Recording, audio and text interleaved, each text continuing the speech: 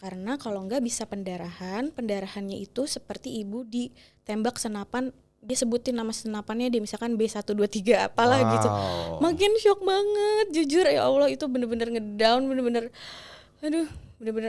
langsung kayak ngedown banget gitu kan, kayak aduh salah apa sih gitu. Dalam hal ini memang kasus Nisi tuh banyak banget karena saking senengnya pengen tahu.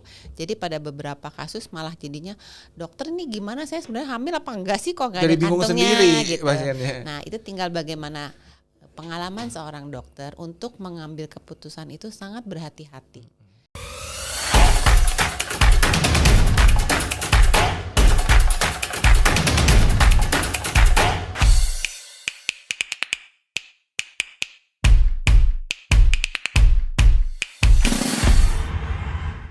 Halo sahabat Premier, berjumpa lagi dalam podcast Rumah Sakit Premier Bintaro. Nah, sahabat Premier, kali ini kita kedatangan tamu yang sangat spesial. Nggak hanya dokter spesialis kita yang biasanya mengisi rubrik ini, saat ini kita kedatangan salah satu pasien kita yang juga sangat spesial. Nah, kita perkenalkan dulu nih tamu spesial kita. Ada Mbak Nisi di sini. Halo Mbak Nisi, apa kabar? Aduh, senang banget dibilang tamu spesial nih. Spesial banget loh Mbak Nisi loh. Alhamdulillah. Dan yang berikutnya ada dokter kita yang sangat spesial juga. Nih kalau sahabat Premier nih pernah lihat komentar YouTube, Instagram yang suka pada reunian pasiennya. Siapa lagi, the one and only Dokter Rudianti, spesialis obgyn. Dokter Anti panggilannya. Apa kabar? Baik dokter. Saya kalau dengar nama dokter tuh Bu Ana mau cuci tangan, Dok. Oh gitu ya? Antis. Antis. Tapi dokter Anti ini lebih banyak fansnya lah. Banyak banget fansnya, Dok ya? Amin. Banyak ya? Benar nggak banyak? Enggak juga. Nggak juga ya, Dok? Perasaan Nggak saya aja tahu. berarti. Oh, nggak tahu. Banyak. Banyak ya. Nah, pada kesempatan kali ini Mbak Nisi ini akan cerita nih mengenai pengalaman kehamilan yang pertama dan juga sampai melahirkan di Rumah Sakit Premier Bintaro sama dokter Anti. Nah, mungkin yang pertama aku tanya ke Mbak Nisi nih. Mbak Nisi, Iya. ini kehamilan yang pertama ya Mbak? Iya, kehamilan. Gimana nih rasanya ketika baru married gitu kan, pasangan muda, kemudian pas test pack tuh wah hamil gitu. Apa sih kayak feelingnya tuh gimana gitu? Seneng banget. Bahkan aku tuh test pack itu padahal belum telat-telat banget. Oke. Jadi telatnya tuh kalau nggak salah baru sehari itu aku udah test pack karena emang excited banget. Terus pas tahu positif tuh kayak langsung terharu banget. Terus ya pokoknya bahagia banget sih. Pokoknya gercep banget ya baru telat sebentar langsung test pack. Kalau boleh tahu nih Mbak, dari pernikahan sampai kemudian test pack itu positif gitu ya. Tadi itu berapa lama sih Mbak? Sebenarnya nggak lama-lama banget sih, nikah itu Desember 2020. Waktu itu test pack itu Maret 2021. Oke. Gitu. Sebenarnya nggak yang lama-lama banget juga sih. Tapi kayak tetap kayak Excited banget ya. Terus pas waktu nunjukin ke suami nih, biasanya kan banyak tuh kan sekarang nih sahabat Premier nih kok tahu nih ada yang bikin surprise gitu ditaruh di kotak atau mungkin bikin kayak drama dulu atau gimana. Ada gak sih pengalaman cerita gitu pas mau ngasih tahu suami atau orang tua tuh yang sampai di planning yang surprise gitu atau gimana? jadi tuh sebelum yang aku test pack yang positif itu sebenarnya kalau nggak salah 2 minggu sebelumnya tuh aku pernah test pack juga. Oke. Itu masih negatif. Jadi aku kayak not sure gitu, kayak ini beneran positif atau kayak salah ya gitu. Jadi aku kayak cerita ke suami, nggak surprise soalnya kayak galau gitu, ini Beneran bener nggak sih? ya? Gitu. Kayak Terus mixed feeling gitu kali ya. sampai belinya itu banyak, sampai beli yang digital juga. Pokoknya bener-bener make sure ini tuh bener-bener positif gitu. Jadi nggak ada surprise gitu sih, kayak berbagi sama suami aja, ini bener nggak ya gitu. Yang pertama kali waktu itu dikasih tahu sama Mbak Nisi, mama, papa atau suami? Suami. Suami dulu tetap. Suami dulu sih. Terus waktu itu kenapa akhirnya ngasih tahu ke orang tua? Itu karena kita mau ke dokter ya gitu ya. Baru kita kasih tahu ke orang tua, soalnya kayak harusnya ngasih tahu orang tua dulu baru ke dokter gitu ya kalau nggak salah. Oh gitu. gitu. Tapi pokoknya suami dulu sih. Coba deh, aku tanya ke dokter Anti, dok, bener gak sih dok? Apakah itu cuma mitos atau kebiasaan gitu kan? Kalau katanya kalau udah aspek positif kasih tahu dokter lu atau orang tua atau gimana nih dok? Kalau dari pengalaman dokter nih? Maksudnya untuk memberitahu pertama kali, ya mestinya ya suami lah, karena dia yang bertanggung jawab ya. Nah, Mbak Nisi, boleh diceritain nggak sih dari tadi tuh Mbak Nisi udah sempat mention ya, mulai dari respect gitu sampai akhirnya melahirkan nih ada drama nggak sih? Mungkin biasanya kan kalau namanya kehamilan pertama ya, sahabat Premier ya, mungkin yang nggak pernah ada experience hamil sebelumnya kayak bingung nih, aduh, gue ngerasa gini, bingung lah, pokoknya serba banyak pertanyaan gitu. Kalaupun nanya paling sama mama atau sama teman-teman yang mungkin udah pengalaman melahirkan duluan gitu. Apalagi Mbak Nisti kan masih relatif muda nih usianya. Berapa Mbak usianya sekarang? 26. 26, masih muda banget kan, masih usia-usia yang memang ya kalau hamil pertama bingung kan, maksudnya benar-benar Bener masih sih. kayak ngeblank gitu. Nah, Bener banget. bisa diceritain nggak tuh Mbak mulai dari awal aspek positif sampai mungkin bulan ketiga, keempat seterusnya tuh ada cerita apa sih yang mungkin aduh ini memorable banget nih. Jujur ada. Nah apa tuh kalau aku boleh tahu, mungkin apa tiba-tiba mual, aduh bingung makan apa atau gimana gitu, ada kan? Jadi di awal kehamilan itu yang pas aku tes aku tuh positif, padahal aku telatnya mungkin baru sehari ya gitu. Nah terus abis itu aku pikir kan memang ya harus ke dokter nih gitu kan.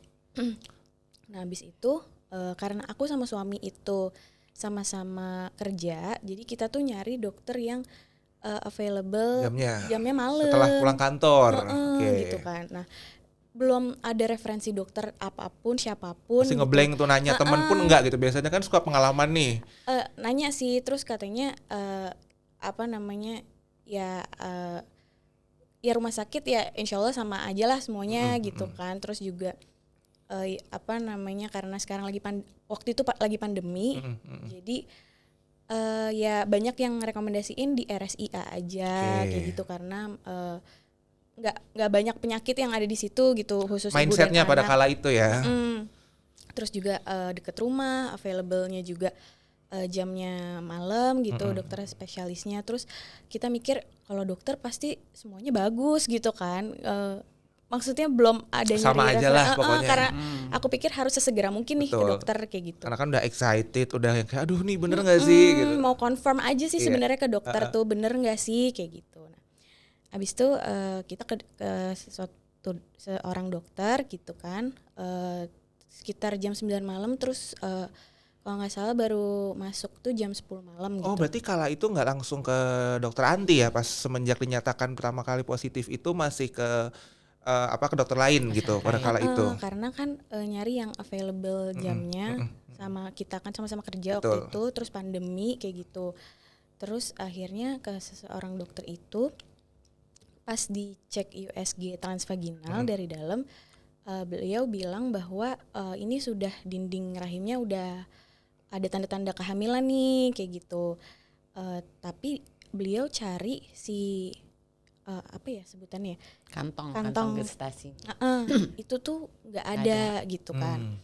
Nah terus aku kan nggak tahu pengetahuan apa-apa nih. Masih ngeblank lah ya, masih nggak tahu apa-apa. Oh iya gitu kan. Nah terus aku pikir ya udah gitu kan. Nah terus beliau ngomong bahwa dia cari lagi, oh ini ada nih, adanya itu di tuba falopi gitu. Nah ini tuh indikasinya kehamilan di luar kandungan kayak gitu. Wow, itu pas pertama kali konsul tuh. Iya, tapi beliau ngomongnya itu bukan kehamilan di luar kandungan ya, hydrosalpinx kalau nggak salah. Pokoknya kata-katanya tuh yang asing banget. Susah gitu. Deh pokoknya. Aku kayak itu maksudnya gimana ya gitu. Terus pokoknya intinya itu tuh urgent, keadaan yang emergency bahaya gitu. Juga dokternya bilang sama suami gitu, kalau itu terjadi sama istri saya langsung masukin malam ini juga opnam gitu, besok operasi gitu. Operasi untuk pengangkatan itu yang tadi kantung tadi. Terus aku bilang kan, emang nggak bisa dikuret gitu? Nggak bisa, itu tuh harus diambil kayak gitu. Terus aku kayak masih shock banget, kayak aduh, padahal aku cuma mau konfirmasi Kak, ini benar hamil atau enggak. Ini gue beneran hamil gak sih? Ternyata malah jatuhnya kok ada penyakit lah istilahnya kayak gitu. Terus abis itu juga kata-kata dokternya itu apa ya, bener-bener di malam itu tuh bener-bener bertubi-tubi dengan kata-kata yang apa ya, asing. Terus juga kayak seolah-olah emergency banget yang bener-bener kayak aku harus mikir malam itu gitu. Pokoknya ibu mikirnya jangan lama-lama gitu. Jadi malam itu harus benar decide tuh. Gitu karena kalau enggak bisa pendarahannya itu seperti ibu ditembak senapan, dia sebutin nama senapannya dia misalkan B123 apalah gitu. Makin shock banget jujur, ya Allah itu bener-bener ngedown, bener-bener aduh langsung kayak ngedown banget gitu kan, kayak aduh salah apa sih gitu. Sempet nangis nggak kala itu? Nangis banget karena aku belum pernah operasi apapun itu ya. Dan ini pun hamil apapun. pertama kali kan? Iya gitu, terus harus seperti itu, dikasih taunya gini-gini, bener-bener pulang tuh shock banget. Terus aku bilang ya udah pokoknya kita harus yang ngikutin apa kata dokternya tuh sampai punya mungkin asisten dokter gitu ya, sampai nge-WA aku juga ngasih tahu harus ngambil darah, ibu Persiapan balik lagi operasi lah ya. ke rumah sakit kayak gitu-gitu.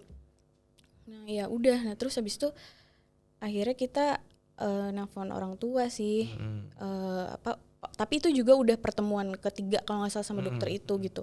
Terus pas orang tua tahu kayak kamu harus cari second opinion, jangan langsung itu, kamu kan nggak pernah operasi gitu, bunda nggak mau ya kamu operasi gitu, pokoknya kayak kamu kan nggak pernah operasi terus kayak kok kayak gitu, maksudnya Apalagi ini hamil pertama lagi kayak kan. kita keturunan kayaknya gampang-gampang aja, nggak pernah ada yang kayak bermasalah atau apa gitu-gitu, kayak pokoknya cari second opinion kayak gitu-gitu sih. Udah pokoknya itu sih dramanya.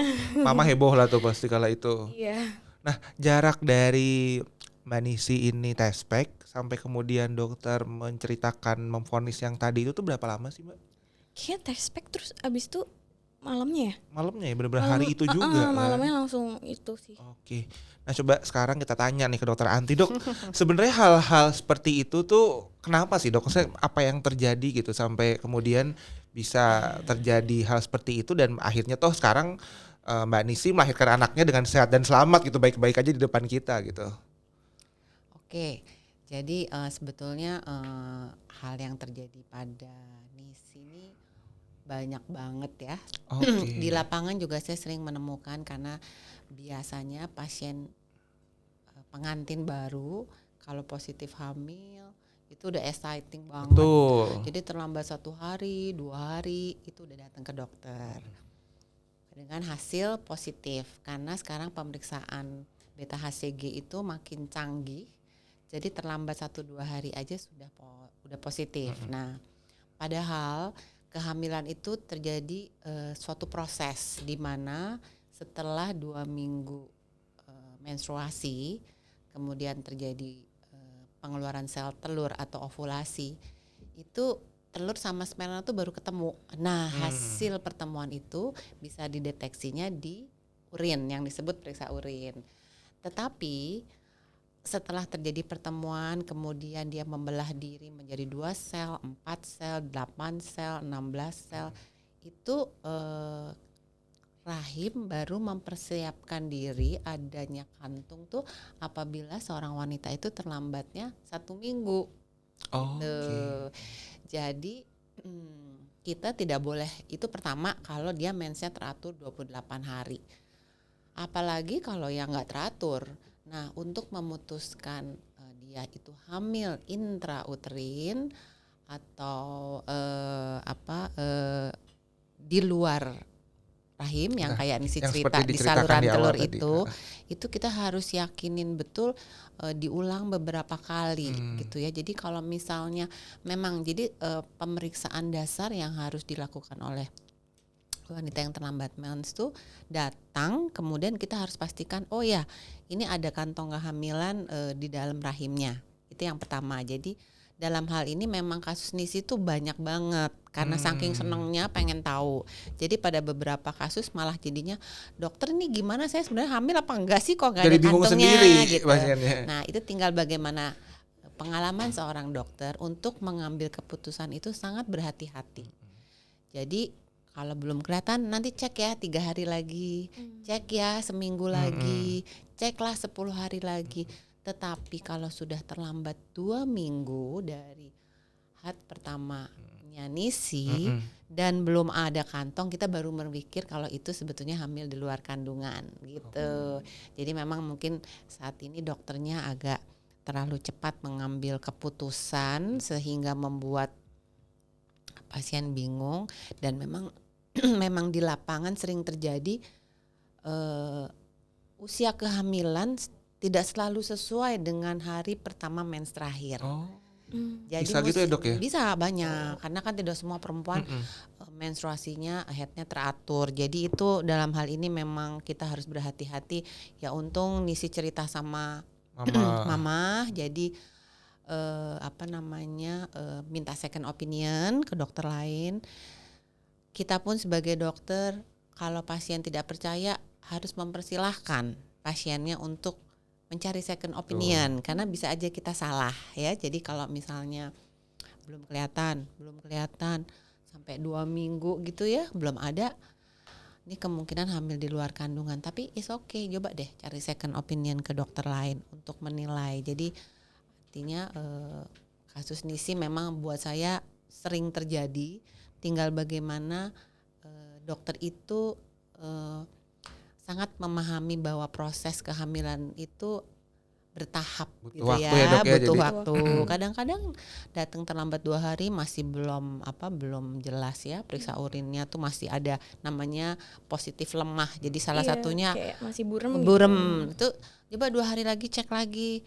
Jadi sabar sedikit lah ya untuk memastikan. Tapi ada kalanya kalau memang sudah terlambatnya udah 2 minggu nih dan kita nggak menemukan, kita baru berpikir itu hamil di luar kandungan. Karena memang prosesnya tuh setelah terjadi pertemuan, embrionya akan berjalan masuk ke dalam kantung. Nah, kantungnya akan lebih tampak, nanti janinnya. Jadi ada tahapannya. Jadi memang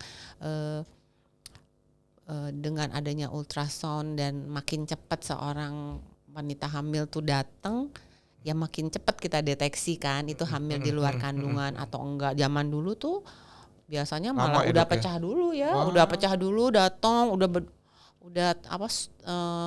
kesakitan, udah shock, baru ketahuan KIT. Kok sekarang amat sangat jarang sebetulnya, asal kitanya betul-betul hati-hati, teliti, dan kita jelasin ini memang belum tampak, coba nanti 3 hari lagi. Bukan bermaksud menyuruh pasiennya bolak-balik datang ya, enggak, tapi sampai kita yakinin bahwa itu kehamilannya di dalam rahim atau di saluran telur gitu aja. Jadi itu mungkin pengalaman juga nanti ya, karena Nisi pertama jadi nggak Nisi aja ya, banyak banget orang yang jadi saya sebenarnya hamil apa enggak sih dok gitu. Loh ya hamil tapi ongoing gitu. Kamu sabar aja, nanti kalau udah 2 minggu juga kelihatan ada bayinya. Nah ini juga informasi yang mungkin sangat berguna ya dok ya. Betul. Untuk para mama-mama muda, para calon-calon bunda di luar sana, mungkin kan udah excited dok ya, apalagi kan mungkin di usia produktif, masih muda. Dan apalagi nih dok ya, kebayang sih kalau yang mungkin udah menunggu keturunan gitu sampai bertahun-tahun, ketika divonis seperti itu kan pasti akan ngedown banget ya. Mungkin itu yang Mbak Nisi rasain waktu itu ya. Iya, terlebih lagi dokternya tuh bilang kayak inilah hebatnya teknologi. Di saat ya udah ketahuan dari USG itu gitu, aku jadi makin percaya kan, kayak iya juga orang sekarang tuh teknologi udah makin canggih gitu. Berarti ya emang bener nih dokternya kayak gitu. Itu sih yang bikin aku jadi percaya sama dokternya. Tapi waktu nelfon orang tua, jangan dulu gitu. Coba bayangin kalau misalkan memang sudah dioperasi gitu ya, pasti ya dokternya bakalan bilang itu nggak berkembang. Menurut orang tua aku gitu. Memang kalau di mana-mana tuh dok, feeling orang tua tuh banyak benernya. Doa ibu menyertai gitu. Nah kan sampai akhirnya melahirkan nih Mbak Nisi sama dokter Anti di Premier Bintaro. Nah ketika melahirkan nih, apa sih apa yang dirasakan gitu? Ya namanya ibu baru pasti kan excited, kaget juga kan. Wah akhirnya punya baby gitu kan. Mungkin Mbak Nisi dan suami juga sangat menanti-nanti, terlebih tadi ada drama yang seru tadi tuh. Kebayang kan kalau pada saat itu Mbak Nisi memutuskan untuk tindakan, Mbak Nisi nggak ada di sini. Iya benar. Ya kan, nggak melahirkan di sini, nggak ketemu sama kita. Nah pas melahirkan kemarin itu pakai di SC ya? Apa normal Mbak Nisi? Iya, seksi. Oh di Seksio. Nah Seksio itu sendiri nih menurut pengalaman Mbak Nisi, apakah ngambil yang konvensional atau yang metode baru nih yang ERAX itu?